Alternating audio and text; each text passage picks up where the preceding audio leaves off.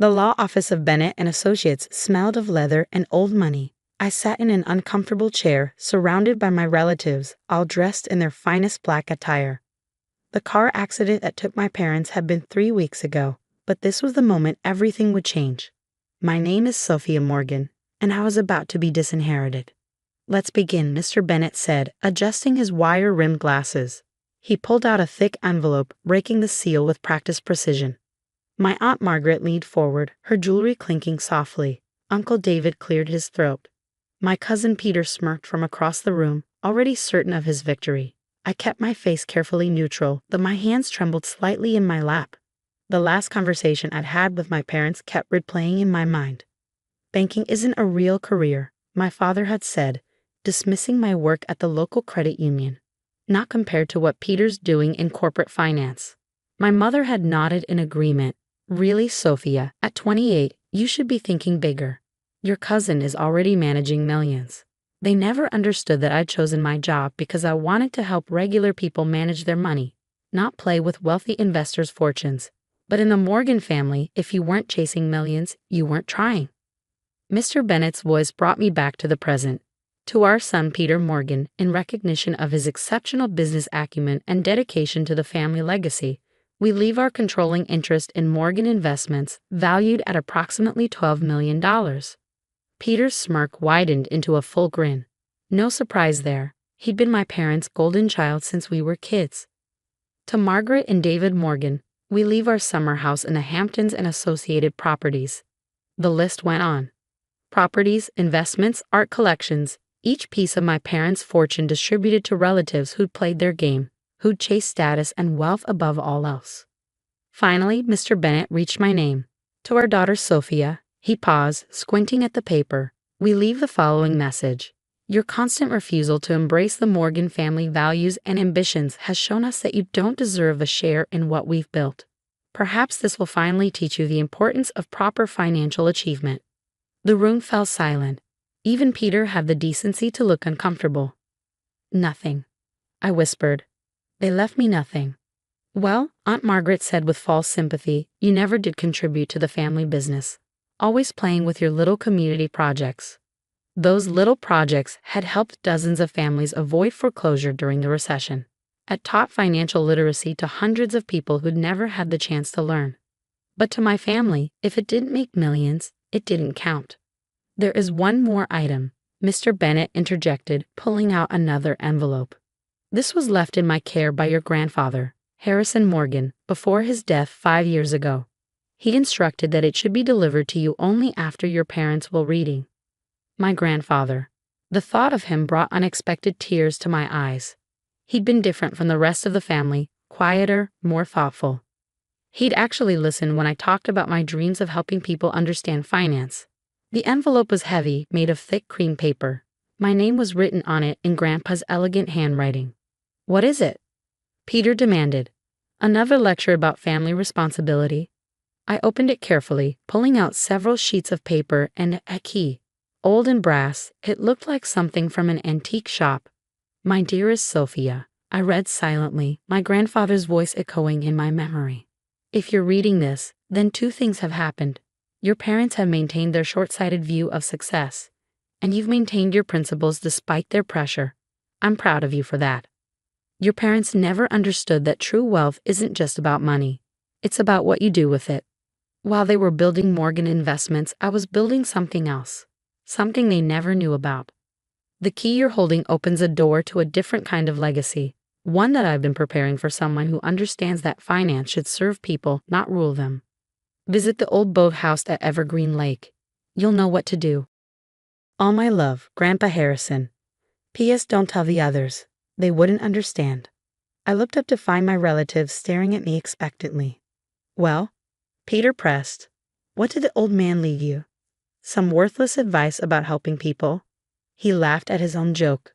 I carefully folded the letter and slipped it into my bag, along with the key. "Just some memories," I said quietly. The rest of the meeting passed in a blur. Peter talked excitedly about his plans for Morgan Investments. Aunt Margaret discussed renovating the Hamptons house. Uncle David calculated property values on his phone. I sat silently, thinking about the boathouse at Evergreen Lake. Grandpa had taken me there often when I was young, teaching me to fish while telling stories about his own father, who built our family's fortune from nothing during the Great Depression.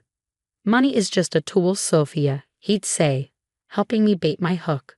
"What matters is how you use it to help others." I've forgotten about those lessons in the years since his death, too busy defending my career choices to my parents. But now, as the meeting ended, Peter caught up with me in the parking lot. "Hey, no hard feelings about the will, right? I mean, you had to know this was coming. You've never shown any real ambition." I looked at my cousin, handsome, confident, and utterly blind to anything beyond profit margins. "You know what, Peter? You're right. I never had the kind of ambition you understand." I got into my modest hybrid car, a stark contrast to his luxury SUV. But maybe I had something better. The drive to Evergreen Lake took 40 minutes, each mile carrying me further from the world of Morgan Investments and closer to whatever secret my grandfather had left behind. The boathouse stood exactly as I remembered it, a weathered wooden structure perched on the lake's edge. In summer, it had housed the family boats.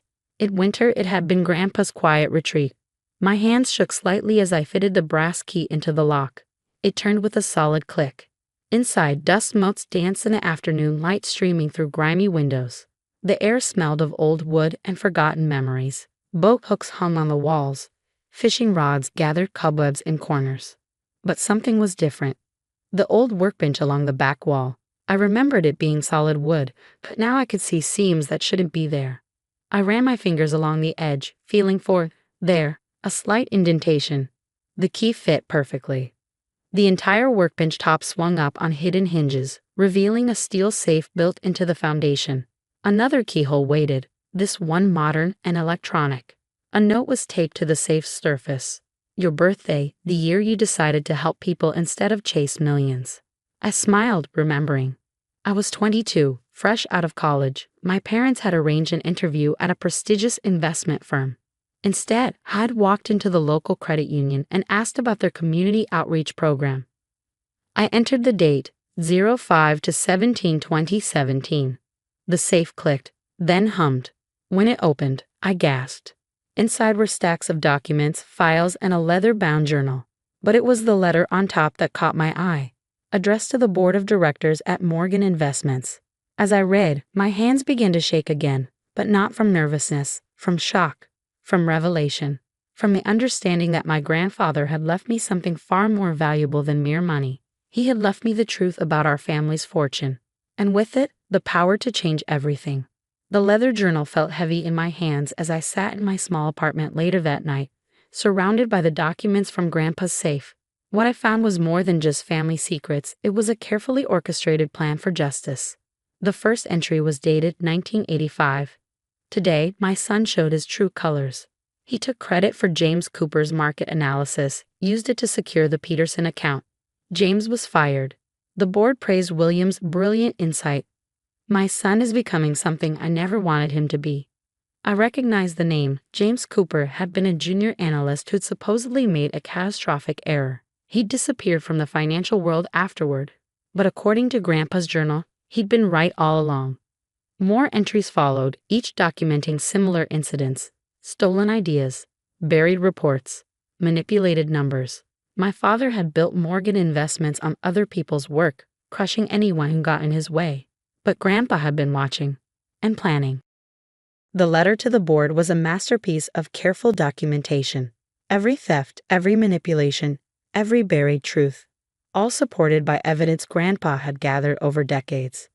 Bank records, original documents, witness statements. More importantly, there was a second set of books, Morgan Investments' real financial records, showing where the money had actually gone. "My dear Sophia," read another letter, this one tucked inside the journal. "I've spent years building a parallel investment structure.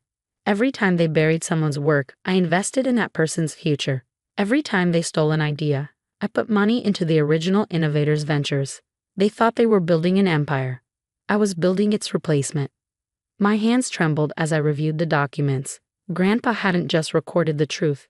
He created a shadow portfolio worth over $50 million, all invested in the people my father had wronged.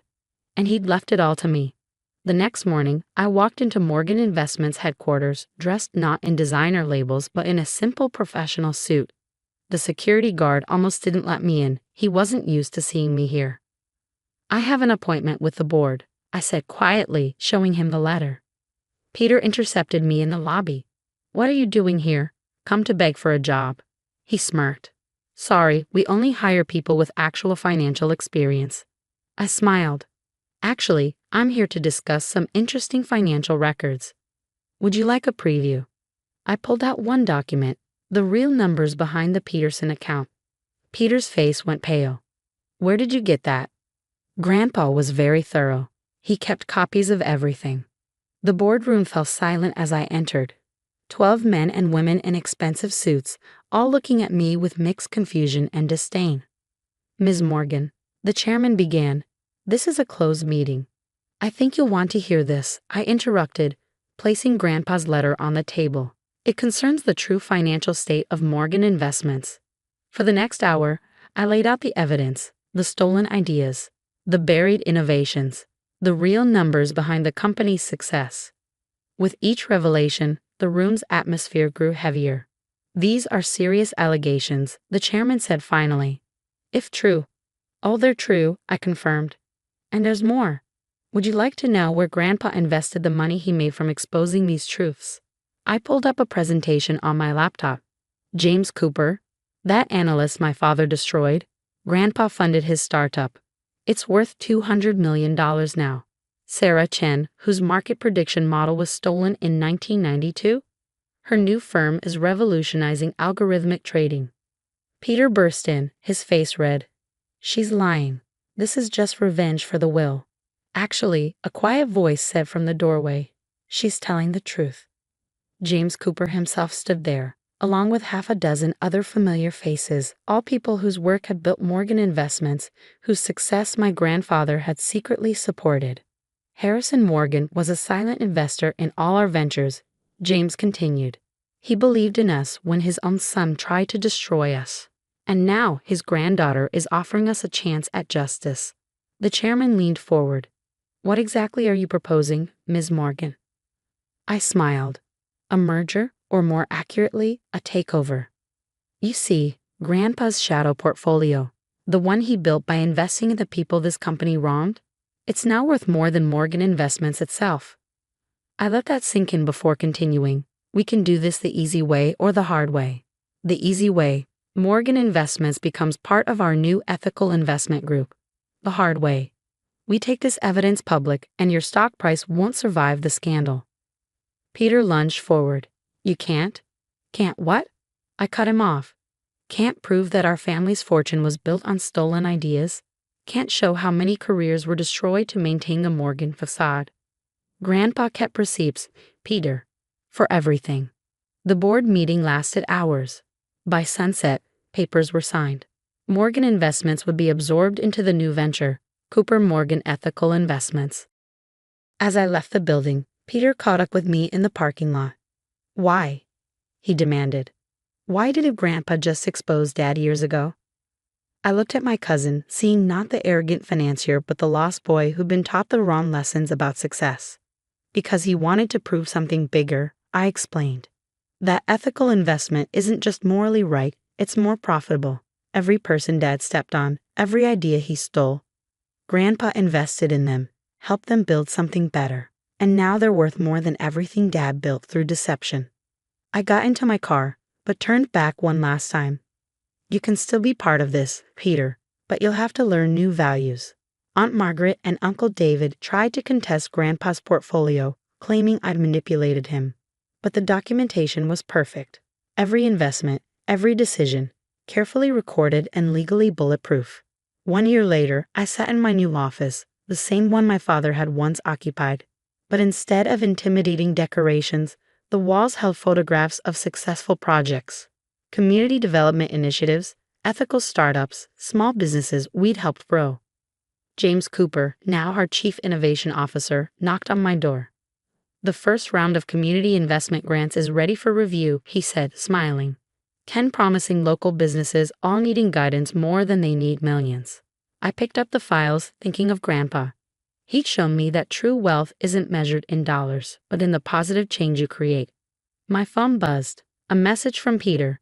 After 6 months of resistance, he'd finally agreed to join our ethical investment training program.